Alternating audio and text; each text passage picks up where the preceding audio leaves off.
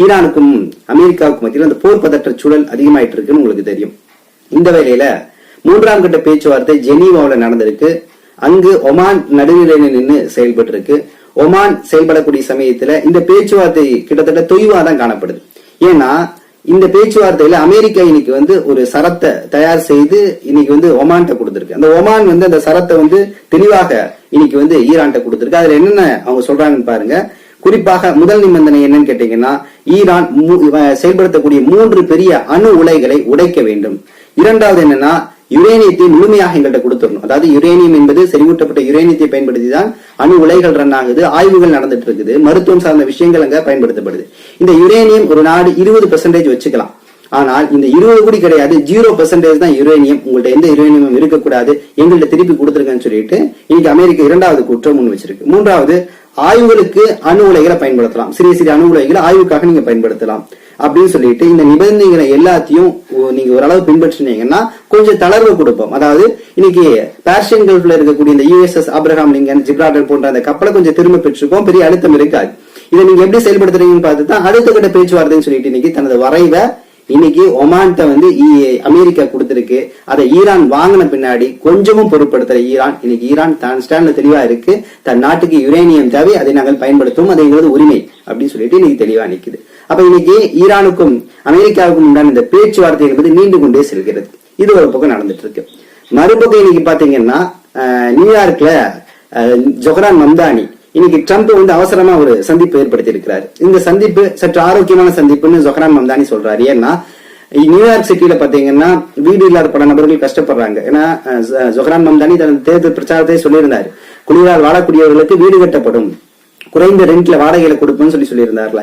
அந்த அடிப்படையில 12,000 வீடுகள் கட்டி ஒரு பெரிய குடியிருப்பை உருவாக்குவதற்கான திட்டம் ஜொஹ்ரான் மம்தானி வச்சிருக்கிறாரு. இதற்கான விஷயத்தை தான் ட்ரம்போட பேசணும், ஒரு நல்ல முடிவு எட்டப்பட்டிருக்கு அப்படிங்கிற செய்தியை நியூயார்க் பள்ளி தலைவர் ஜொஹ்ரான் மம்தானி கொடுக்கிறாரு.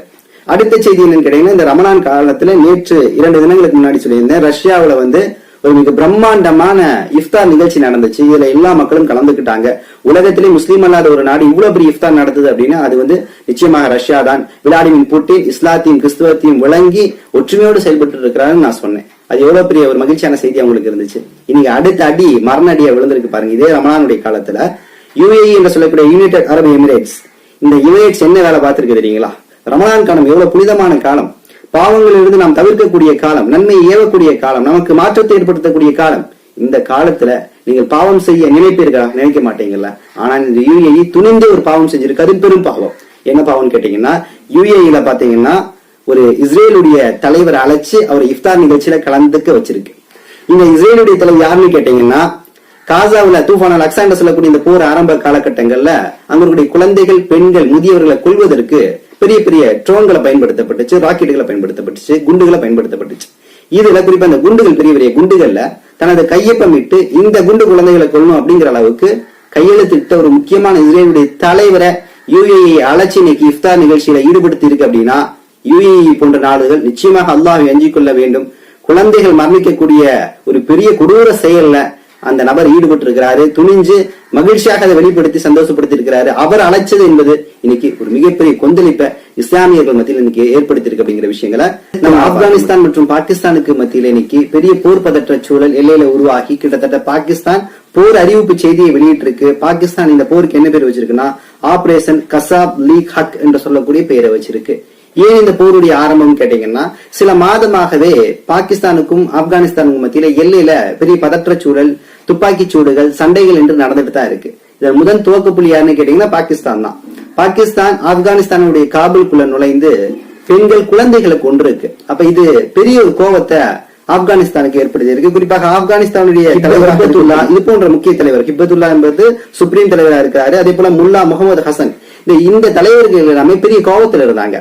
இந்த தாக்கத்தை நம்ம என்ன பண்றது, பதிலடி கொடுத்தே தீரணும் அப்படிங்கறதுக்காகவே சில தாக்குதலை நடத்தி இருக்கிறாங்க. சோ அதன் தொடர்ச்சியாகத்தான் என்ன ஆச்சுன்னா, நேற்றைய தினம் இரவு நேரத்துல, இரவு முழுக்கவே என்ன இருக்குன்னா, பாகிஸ்தான் ஆப்கானிஸ்தான் மேல காபூல், கந்தஹார் என்று சொல்லக்கூடிய இந்த 2 இடம், இந்த 2 இடங்கள்ல தாக்குதல் நடத்த பின்னாடியே இன்னைக்கு பெரிய ஒரு பதற்றம் உருவாயிருக்கு. இதனால பாகிஸ்தான் என்ன பண்ணிருக்குன்னா, நாங்க ஆப்கானிஸ்தான் மேல போர் நடத்த போறோம் அப்படிங்கிற செய்தியை வெளியிட்டு இருக்கு. இல்ல வருத்தமான விஷயம் என்னன்னு கேட்டீங்கன்னா, ரமலான் காலத்துல குறிப்பாக 2 இஸ்லாமிய நாடுகள் யோசிச்சு பாருங்களேன், இங்கு பாகிஸ்தான், ஆப்கானிஸ்தான் இருக்கக்கூடிய ராணுவ துருப்புகள் எல்லாமே யாரு? முஸ்லிம்கள் தான். இந்த 2 நபர்களுமே இஸ்லாத்தை ஏற்றுக்கொண்டவர்கள், நோன்பு நோக்கக்கூடிய காலங்களில் நோன்பு நோக்கக்கூடியவர்களாக இருந்திருக்கலாம். அப்ப இந்த 2 நபர்கள் மத்தியில பதற்றம் உருவாகுது அப்படின்னா எப்படி? மார்க்கம் கொடுத்த அந்த வரையறையை தாண்டி ஒரு பதற்றமும் ஒரு தாக்குதலும் ஒரு கொலையும் உருவாக அப்படின்னா அந்த இடத்துல எவ்வளவு பெரிய கருத்து முரண்பாடு இருக்கு அப்படின்னு நாம் சற்று சிந்திக்க வேண்டும். சோ இந்த இடத்துலதான் பாகிஸ்தானுக்கு எதிராக ஆப்கானிஸ்தானுக்கு பக்கபலமாக இந்தியா இருக்கு அப்படிங்கிற ஒரு அறிவிப்பை இன்னைக்கு கிடைச்சிருக்கு. ஏன்னா சில மாதங்களுக்கு முன்னாடி ஆப்கானிஸ்தானுடைய தலைவராக இருக்கக்கூடிய இந்த ஹிப்பத்துல்லா இந்தியா வருகை தந்திருந்தாரு. பல்வேறு அரசு முறை பயணமா பல இடங்களை விசிட் பண்ணாரு. நரேந்திர மோடி அவருடைய வாழ்த்தை பெற்று பல்வேறு அரசு சார்ந்த திட்டங்களையும் கவர்ந்து எடுத்தாரு. வெளியுறவுத்துறை அமைச்சராக இருக்கக்கூடிய ஜெய்சங்கர் அவர் வரவேற்று அவரோட பல்வேறு நிகழ்ச்சிகள்ல ஊடக சந்திப்புலையும் கலந்துகிட்டாரு. குறிப்பாக அவர் வந்ததுல பெரிய மார்க்க இணைப்பு சம்பந்தம் என்னன்னு கேட்டீங்கன்னா, டெல்லியில இருக்கக்கூடிய தேவ்பந்த் மதர்சாவுக்கு விசிட் பண்ணி அங்க இருக்கக்கூடிய ஆயிரக்கணக்கான மாணவர்களை பார்த்தாரு. அப்ப மார்க்க ரீதியான ஒரு பிணைப்பு என்பது ஆப்கானிஸ்தானுக்கும் இந்தியாவுக்கும் மிக நெருக்கமா இருக்கு அப்படின்னு நம்மளால பார்க்க முடியுது. சோ இந்த சூழல்ல தான் இன்னைக்கு இந்தியா பாகிஸ்தானுக்கும் ஆப்கானிஸ்தானுக்கும் இடையில சண்டை உருவாயிருக்கு. சோ இதுல ஒரு விஷயம் என்னன்னா, இன்னைக்கு இந்தியா முழுக்க ஆப்கானிஸ்தான் நட்பு நாடுக்கு சப்போர்ட்டா இருக்கு. இதன் வழியாக பாகிஸ்தானில் இருக்கக்கூடிய இந்த பலிஜிஸ்தான் தீவிரவாதிகளை நிச்சயமாக ஆப்கானிஸ்தான் ராணுவம் ஓட விடும் அப்படிங்கறத மாற்று கருத்து இல்ல. ஏன்னா அமெரிக்க ராணுவத்தையே ஆப்கானிஸ்தான் ஓட விட்டு இருக்குது. ஆப்கானிஸ்தான் பொறுத்த வரைக்கும் அவர்கள் உறுதியாக இருக்கக்கூடியவர்களா இருக்கிறாங்க. பெஞ்சமின் நெத்தன்யாஹு இஸ்ரேலை சந்திக்கிறதுக்கு இந்திய தலைவர் பிரதமர் மோடி போனார்ல, போய் அங்க நெசட்டவில பல விஷயங்கள் பேசும்போது இந்த ஆப்கானிஸ்தானை பத்தி சொல்றாரு. ஆப்கானிஸ்தானை பொறுத்த வரைக்கும் நாங்க நட்பு நாடா இருக்கோம், நாங்கள் பல்வேறு விஷயங்கள் முரண்பட்டு இருந்தாலும் நாங்கள் அரசியல் ரீதியாகவும் தொழில்நுட்ப பாதுகாப்பு ரீதியாகவும் ஒரு இணக்கப்பாட்டுக்கு வந்திருக்கோம் சொல்லிட்டு மோடி சொல்லியிருக்காரு. இதற்கு இஸ்ரேலுக்காகட்டும் அமெரிக்காவுக்காகட்டும் ஆப்கானிஸ்தான் தீவிரவாத பட்டியல வச்சிருக்கு. ஆப்கானிஸ்தான் ஒதுக்கப்பட்ட நாடா வச்சிருக்கு. இருந்த பொழுதும் இந்தியாவோடு ஒரு பரஸ்பர உறவு ஆப்கானிஸ்தான் ஏற்படுத்துவதற்கு அடிப்படை காரணம் என்னன்னு கேட்டீங்கன்னா ஒரு நல்ல இணக்கத்தை ஏற்படுத்தணும். ஆனா இன்னைக்கு எப்படிப்பட்ட ஒரு டைமென்ஷன்ல பேசப்படுதுன்னு கேட்டீங்கன்னா, பாகிஸ்தான் ஏன் ஆப்கானிஸ்தான் தாக்குதல் நடத்துதுன்னா, இந்த ஆபரேஷன் சிந்து சொல்லிட்டு பெஹல்கான் தாக்குதலுக்கு அப்புறம் இந்தியா பாகிஸ்தானுக்கு ஒரு பதிலடி கொடுத்துச்சுல்ல, இந்த பதிலடியில ஆப்கானிஸ்தான் துணையா இந்தியாவுக்கு இருந்திருக்கு. அப்ப ஒரு முஸ்லீம் நாட்டை அழிப்பதற்கு அல்லது தாக்குதல் நடத்துவதற்கு ஆப்கானிஸ்தான் இந்தியாவோடு சேர்ந்து பயணிச்சிருக்கு அப்படிங்கிற ஒரு குற்றச்சாட்டை பல நபர்கள் முன்வைக்கிறாங்க. சோ இப்படி வச்சனாலதான் இன்னைக்கு இந்த போர் உருவாயிருக்கு. இன்னைக்கு இந்தியாவோட ஆப்கான் உறவு இல்லாட்டி இது நடந்திருக்காதுன்னு சொல்லிட்டு ஒரு டைமென்ஷன்ல பேசப்படுது. மற்றொரு பக்கம் என்ன சொல்லப்படுதுன்னா, அமெரிக்க தலைவர் டொனால்டு ட்ரம்ப் பாகிஸ்தானோட நல்ல உறவுல இருக்கிறாருல. இடையில கூட பாகிஸ்தானுடைய தலைவர் ஷெரீப், நீங்க அமெரிக்கான நோபல் பரிசு கொடுக்கணும் அப்படின்னா யாருக்கு கொடுக்கணும்? நிச்சயமா ட்ரம்புக்கு தான் கொடுக்கணும்னு சொல்லிட்டு அவர் பேசினார்ல. அந்த அளவு அமெரிக்காவும் மற்றும் இந்த பாகிஸ்தான் இணக்கத்துல இருக்கிறதுனால ட்ரம்ப் ஒரு கேம் விளையாடுறாரு. என்னன்னா, ட்ரம்ப் இந்தியா பாகிஸ்தானுக்கு ஆப்கானிஸ்தான் போர் உருவாக்குவதற்கு காரணமே என்னன்னா, இந்தியா மையமா வச்சு ஒரு குளறுபடி அவரை கிரியேட் பண்றாரு. 2 நாடுகளுக்கு மத்தியில பகையை அவர் உருவாக்குறாரு அப்படிங்கிற அளவுக்கு செய்திகள் என்பது இன்னைக்கு பேசப்பட்டுச்சு. சோ இந்த சூழல்ல தான் இன்னைக்கு இந்த போர் சூழல் உருவாயிருக்கு. சோ இதுல பாத்தீங்கன்னா உங்களுக்கு தெரியும், பாகிஸ்தான் பொறுத்த வரைக்கும் சவுதியோட ஒரு பாதுகாப்பு ஒப்பந்தத்தை போட்டிருக்காங்க, சீனாவோட ஒரு உறவுல இருக்கிறாங்க. ஆனால் நம்ம ஆப்கானிஸ்தானை பொறுத்த வரைக்கும் இந்தியா உறவு இருக்கு. அதை தாண்டி சர்வதேச ஈரானோடு நல்ல உறவுல இருக்கு. ஈரானை பொறுத்த வரைக்கும் பாகிஸ்தான் மற்றும் ஆப்கானிஸ்தானோடு நல்ல உறவுல இருந்தால் கூட சமீபமாக ஆப்கானோடு சற்று நெருக்கமா இருக்கு. பாகிஸ்தானுக்கு நல்ல அறிவுரைகளை ஈரான் முன்வைச்சிட்டு இருக்கு அப்படின்னு பார்க்க முடியுது. சோ இந்த சூழல்ல தான் இன்னைக்கு இந்த போர் விஷயங்கள் இன்னைக்கு உருவாயிட்டு இருக்கு. இப்ப இதுல யாரு இப்ப ஹீரோவாக போறான்னு கேட்டீங்கன்னா மீண்டும் ட்ரம்புக்கு ஒரு சமையான அவகாசம் கிடைச்சிருக்கு. என்னன்னா, மீண்டும் பாருங்க, இந்தியா பாகிஸ்தான் போற நான் தானே நிறுத்தினேன், அது நிறுத்தினால ஷரீஃபுடைய உயிர் பாதுகாக்கப்பட்டுச்சு, இல்லாட்டி கொல்லப்பட்டிருப்பார்ல. அதனால இந்த முறை ஆப்கானிஸ்தான் பாகிஸ்தான் போற நான் நிறுத்த போறேன்னு சொல்லிட்டு மீண்டும் ஒரு களத்துல இறங்கி நிறுத்த போறாரு. நிறுத்தினார்னா நிச்சயமாக அவருக்கு தான் அடுத்த அமைதிக்கான நோபல் பரிசு கொடுக்கப்படும் அப்படிங்கிற மாதிரிதான் இங்க சங்கிகள் பேசிட்டு இருக்காங்க. சங்கிகளுடைய மைண்ட் செட் பாருங்க, இன்னைக்கு பாகிஸ்தான் எதிர்க்கிறதுக்காக நீங்க ஆப்கானிஸ்தான் ஆதரிச்சுட்டு இருக்காங்க. ஜெய் ஆப்கானிஸ்தான் அப்படிங்கிற ஹேஷ்டேக் எல்லாம் போட்டு விட்டு கமெண்ட் எல்லாம் போட்டு இன்னைக்கு ஃபயர் விட்டுட்டு இருக்காங்க. சோ இந்த போர் சூழல் என்பது நிச்சயமாக இழப்பு யாருக்குன்னு கேட்டீங்கன்னா வெகுஜன மக்களுக்கு தான். பாகிஸ்தான் ஆகட்டும் ஆப்கானிஸ்தான் ஆகட்டும் இங்க இருக்கக்கூடிய வெகுஜன மக்கள் இந்த போரை விரும்பவில்லை. ஆனால் இந்த போரை நடத்துவதற்கு முனைப்பாக இருக்குது பாகிஸ்தான் தான், குறிப்பாக ஷெரீஃபுடைய ஆட்சி. இந்த சூழல்ல சிறையில இருந்து இன்னைக்கு வாடிக்கொண்டு மிகப்பெரிய உடல் நெளிந்து கண்ணெல்லாம் அப்படி மிகப்பெரிய பாதிக்கப்பட்ட இம்ரான்கான் வருத்தப்பட்டு இருக்கிறார். இம்ரான்கான் போன்ற ஒரு சிறந்த தலைவரை நீங்க பார்க்க முடியாது. ஏன்னா இம்ரான்கானை பொறுத்த வரைக்கும் அவர் ஆட்சியில் இருக்கக்கூடிய சமயத்துல பாதுகாப்பு துறை தலைவராக இருந்த முனீரை கட்டுக்குள்ள வச்சிருந்தாரு. ஒரு போர் சூழல் உருவாகக்கூடிய சமயத்துல அது சரியான முறையில அது ஏற்படாம அவர் தவிர்த்தாரு. ஆனால் ஷரீஃபுடைய ஆட்சி அப்படி கிடையாது. அதே போல இம்ரானுடைய ஆட்சி காலத்துல அவரு நல்லுறவை ரஷ்யாவோடு மேம்படுத்தினார், ரஷ்யாவோடு இணக்கமாக இருந்தார், அமெரிக்காவை எதிர்த்தார். அமெரிக்காவை எதிர்த்தனாலேயே இன்னைக்கு கிட்டத்தட்ட சிறைக்கு போயிட்டார். ஆனால் ஷரீப் அப்படி கிடையாது. ஷரீப் பொறுத்த வரைக்கும் அவர் நாட்டை முடிச்சு விட்டுருவாரு போல பாகிஸ்தான. அந்த அளவு நீங்க என்ன பண்ணிட்டு இருக்கிறாரு, தேவையில்லாத ஒரு போர் சூழலை வந்து இன்னைக்கு உருவாக்கிட்டு இருக்காங்க. இந்த போர் பதற்றம் என்பது இந்தியாவுக்கும் ஒரு பெரிய ஒரு டிஸ்டர்பன்ஸா இருக்கு. அதனால இந்தியாவும் சில எச்சரிக்கைகளை கொடுத்திருக்கு. ஆபரேஷன் சிந்து வழியாக நாங்க பெரிய அடியை கொடுத்தோம், அதை நீங்க மறுபடியும் செஞ்சீங்கன்னா இன்னும் அடி பயங்கரமா இருக்கும். இந்தியா ஒரு பக்கம் எச்சரிக்கை கொடுத்துட்டு இருக்கு. மேலும் இந்த சமயத்துல இந்த ஆபரேஷன் சிந்து நடவடிக்கையில பாத்தீங்கன்னா பாகிஸ்தான் ஏவிய ஒரு ராக்கெட்டை S-400 என்று சொல்லக்கூடிய ஏர் டிஃபென்ஸ் சிஸ்டத்தை வச்சு அந்த ராக்கெட்டை துல்லியமாக அடிச்சு நொறுக்கி இருக்கு. அந்த காணொலியை இன்னைக்கு வந்து இந்திய ராணுவம் வெளியிட்டு ஒரு எச்சரிக்கையை வந்து பாகிஸ்தானுக்கு கொடுத்திருக்கு. அப்ப நிச்சயமாக பாகிஸ்தான் என்ற அந்த நாடு, அந்த நாட்டில் இருக்கக்கூடிய ராணுவம், அங்க இருக்கக்கூடிய ஒரு குறிப்பிட்ட இடத்துல கூட தீவிரவாத குழு, இது எல்லாமே இன்னைக்கு பெரிய ஒரு கொலாப்ஸ்ல இருக்கு. இதனால மக்கள் பாதிக்கப்படுறாங்க. இங்கு முஸ்லீம் என்ற அடையாளம் முன்வைத்து நாம என்னைக்குமே இதை பேசவே கூடாது. ஏனென்றால் தீவிரவாதத்திற்கும் பயங்கரவாதத்திற்கும் மதம் என்பது ஒரு அடையாளம் கிடையாது. ஏனென்றால் எந்த மதமும் தீவிரவாதத்தை போதிக்கவில்லை.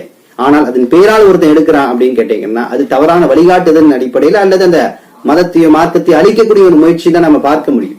பாகிஸ்தான் இருக்கக்கூடியவர்கள் முஸ்லீம், ஆப்கானிஸ்தான் இருக்கக்கூடிய முஸ்லீம்கள் ஏன் 2 பேர் அடிச்சுக்கிறாங்க அப்படின்னா இது சாதாரண சண்டை கிடையாது. ஆப்கானிஸ்தான் இருக்கக்கூடிய மக்கள் பாகிஸ்தான் மக்கள் மேல தாக்குதல் நடத்தல, பாகிஸ்தான் இருக்கக்கூடிய மக்கள் ஆப்கானிஸ்தானுடைய மக்கள் மேல தாக்குதல் நடத்தல. இங்க நடத்துவது என்பது ராணுவம். அந்த ராணுவத்துல பாகிஸ்தான் ராணுவத்தில் இருக்கக்கூடியவர்களுடைய என்ன சொல்ற ஆர்டர் என்பது, ஆர்டர் ஒபே என்பது ஷரீஃபுடைய உத்தரவின் அடிப்படையில் இருக்கு. ஷரீப் அமெரிக்க வைக்கப்பட்டிருக்கிறார்.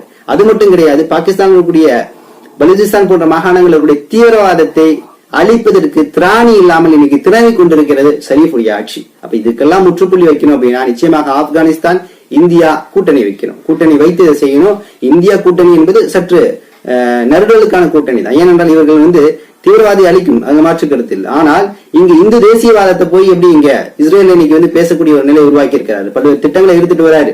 ஏர் டிஃபென்ஸ் சிஸ்டத்தை பொறுத்த வரைக்கும் அயன் டோம் ஆகட்டும், பீம் டோம் ஆகட்டும், அதே போல கோல்டன் ஜெரால்டு மிசைல் என்று சொல்லக்கூடிய அந்த தொழில்நுட்பமாகட்டும் எல்லாமே ஈர்த்து கொண்டு இன்னைக்கு வந்து இந்தியாவுக்கு வந்து பெரிய பலம் விதைப்பதற்காக வந்து மோடி போயிருக்கிறாரு. நீங்க பொருளாதார ரீதியா வைத்தால் கூட அவர் அங்க போய் செய்வதெல்லாமே இந்து தேசியவாதம் தான், இந்து பெரும்பான்மை தேசியவாதம் தான் இன்னைக்கு பேசிட்டு இருக்கிறாரு. இந்துத்துவ சிந்தனையும் ஜியோனிச சிந்தனையும் ஒன்றாக அங்க கூத்தாடிட்டு கிடக்குது. அதுதான் உண்மையான நிலை. ஆனால் பாகிஸ்தான் விஷயத்தை பொறுத்த வரைக்கும் நிச்சயமாக ஆப்கானிஸ்தானுக்கு வந்து இந்தியா உதவுது அப்படின்னா அதுல அதுக்கு ஒரு லாபகர நோக்கம் இருக்கு. எல்லாமே சில முரண்பாடுகளை கடந்து ஒன்றிணைந்து செய்யறாங்க அப்படின்னா அதுல நிச்சயமாக வந்து ஆப்கானிஸ்தான் தனது நலனை சார்ந்து இயங்குது. தான் பாதுகாப்பாக இருக்க வேண்டும், நாட்டுடைய மக்கள் பாதுகாப்பாக இருக்க வேண்டும் என்ற எண்ணத்தோடு அது இயங்குது.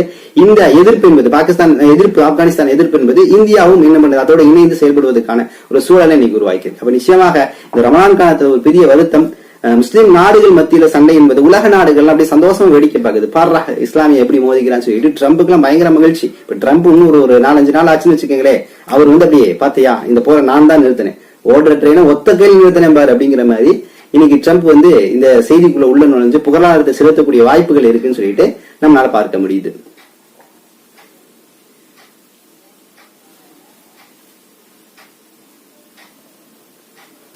பார்க்க முடியுது. சமீபமாக ஒரு செய்தி கிடைச்சிச்சு, எந்த அளவுன்னு சொல்லிட்டு உறுதி செய்யப்படல. ஆப்கானிஸ்தானிய சுப்ரீம் தலைவராக இருக்கக்கூடிய ஹிப்பத்துல்லா, அதே போல முல்லா முகமது ஹசன், இந்த 2 நபர்களும் வந்து காபூல், ஆப்கானிஸ்தான் காபூல்ல இருக்கக்கூடிய அவருடைய கட்டிடத்துல அலுவலகத்துல வந்து கொல்லப்பட்டுட்டாங்கிற மாதிரி செய்தி வேகமா பரவிட்டு இருக்கு. இது உண்மை கிடையாதுன்னு தான் எனக்கு படுது. என்றால் இது வந்து அதிகாரப்பூர்வமான தளங்கள்ல வெளியாகல. இருந்த பொழுதும் நம்ம வந்து காத்திருந்து இனி வந்து இந்த விஷயங்களை பார்க்கணும். அல்லாஹ்ட்ட பெரிய அளவுல நீங்க இந்த ரமலான் காலத்துல துவா செய்யுங்க. இதன் மூலம் இழப்பு ஏற்படக்கூடியது என்னன்னு கேட்டீங்கன்னா, இந்த ரமலான் காலத்துல நிம்மதி இல்லாத ஒரு ரமலானை கழிக்கக்கூடிய ஒரு சூழலை வந்து பாகிஸ்தான் மக்களும் ஆப்கானிஸ்தான் மக்களும் இன்னைக்கு வந்து அனுபவிக்கக்கூடிய ஒரு சூழல் உருவாயிருக்கு.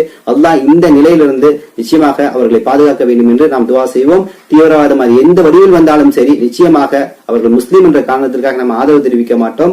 நிச்சயமாக பேரளவில் அவங்க முஸ்லீமா இருக்கலாம், ஆனால் மனித குலத்திற்கு எதிராக இருந்தால் இஸ்லாம் கூறுகிறது, மனித குலத்துக்கு எதிராக இருக்கக்கூடியவர்களை நீங்கள் கண்டியுங்கள், அப்புறப்படுத்துங்கள் என்று. அதை நாம் ஒவ்வொரு காலமும் ஒவ்வொரு நேரமும் இந்த உலகத்தில் எந்த நிலத்தில் நடந்தால் கூட நிச்சயமாக நீதிக்காக குரல் கொடுப்போம், அநீதியை எதிர்த்து போராடுவோம். இன்னும் சில தகவல்களை திரட்டிக்கொண்டு இன்ஷா அல்லாஹ் விரைவில் வந்து உங்களை சந்திக்கின்றேன். நன்றி. அஸ்ஸலாமு அலைக்கும் வரஹ்மத்துல்லாஹி வபரகாத்துஹு.